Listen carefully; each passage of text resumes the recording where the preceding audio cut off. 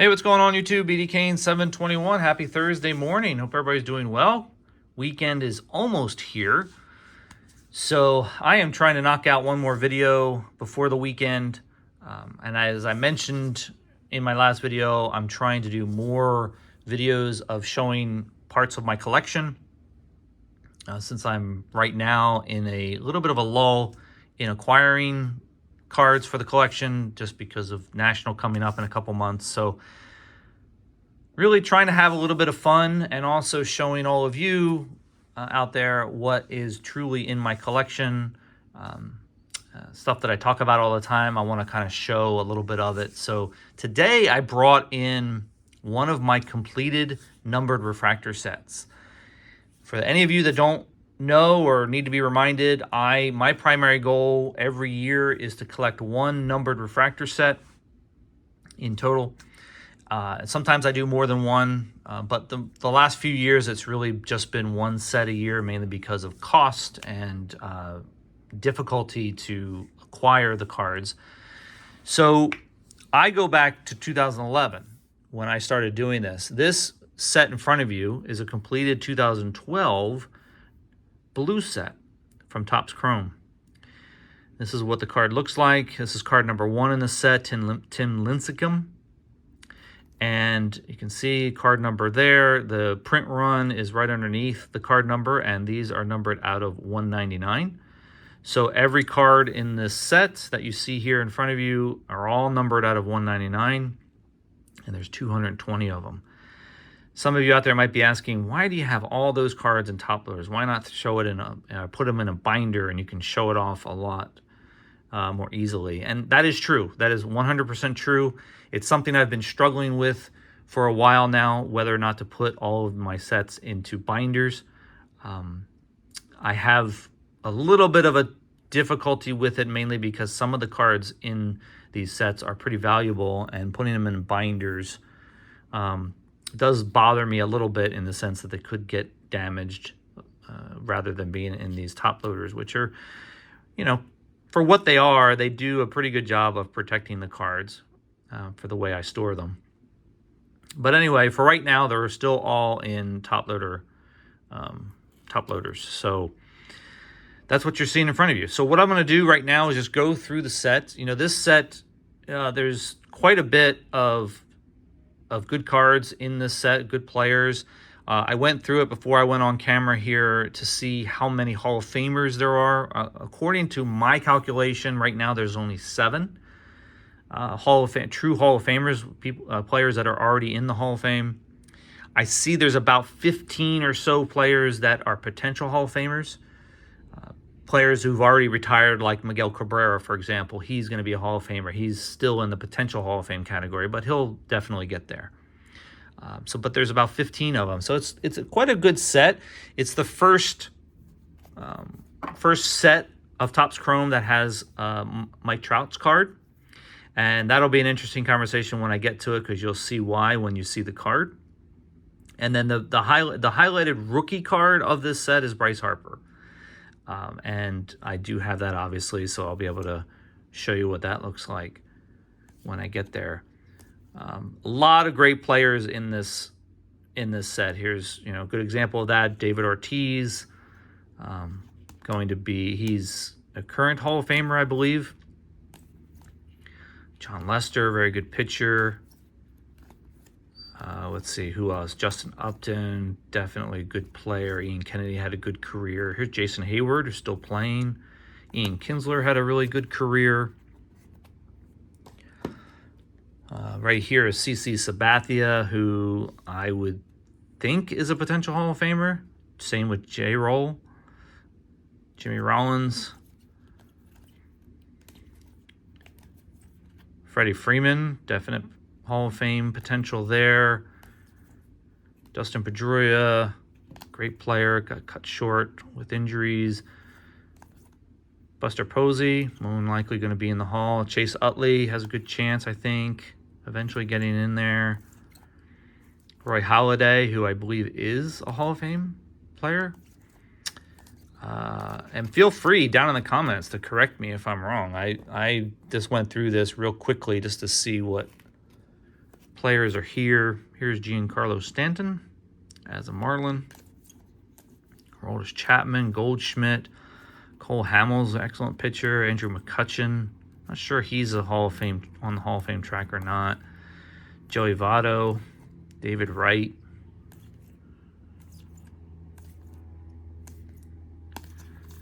Let's see who else, but a lot of solid players in this set. This was a great great era of baseball, I think. A-Rod, Joe Mauer, Hall of Fame player, Torrey Hunter, Paul Konerko, Nelson Cruz, who just retired, I believe. James Shields. I always love to just highlight James Shields because he's the guy that was traded for Tatis Jr. for the Padres. Eric Hosmer. It's always so satisfying when you go through a set like this and you see all these cards together. I mean, that's really the point of set collecting. And I do see the benefit of putting these cards into a binder. Here's Lance Berkman, Steven Strasburg, who just retired recently, Ryan Howard, Mark Teixeira. It would be a lot better to have these cards in a binder to be able to flip through and see them and appreciate them. Brandon Phillips, Albert Pujols, who will be in the Hall pretty soon, I would imagine. Hunter Pence. There's Derek Jeter, current Hall of Famer. Cargo. Longoria. What's up, Mr. Fisher Pike? Alan Craig. I worked with his dad here in Southern California for many years. Justin Verlander. Justin Morneau. Chipper Jones. Sweet looking card. That's a cool shot of him. What's up, Adam? I'm sure you have that card. Yadier. Definite Hall of Famer there. Ichiro. Yonder Alonso. There's a name for Padres fans. Cliff Lee. David Freese. Adam Jones. Nick Swisher. Kevin Youkilis. Troy Tulowitzki. Some fantastic players. Kershaw. Going to be in the Hall someday. There's King Felix. Ryan Braun. Matt Kemp. Brandon Belt. There's Salvi. Could potentially be in the Hall someday. You never know. There's Miggy. What's up, Triple Crown? There's a current Hall of Famer, Adrian Beltre. David Price. There's the Big Panda. Pablo. There's Joey Bats. Cano. Okay, so here's the Trout card.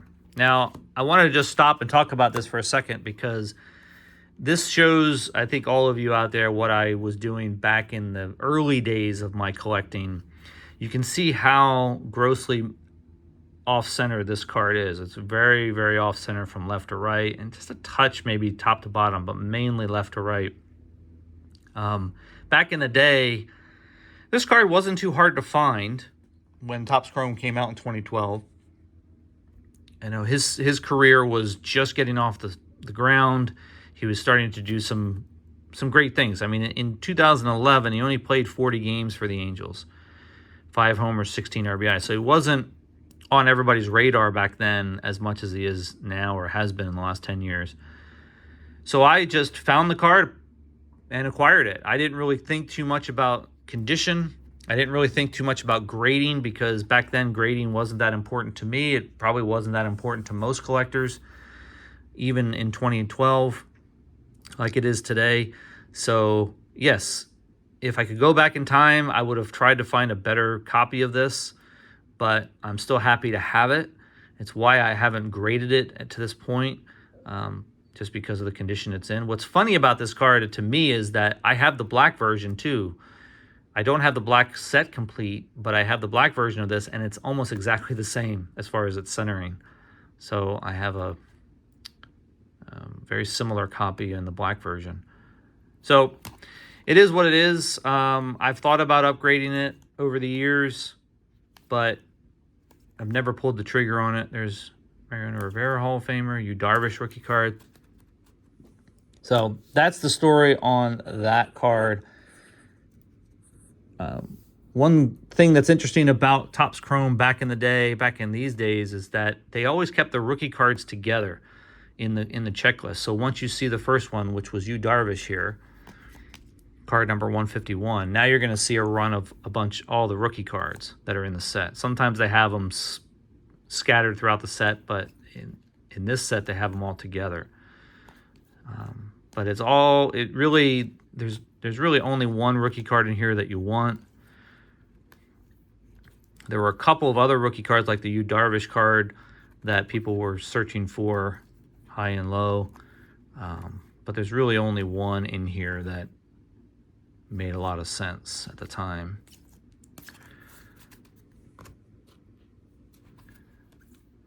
Michael Taylor, who I think is still playing. Brett Lowry.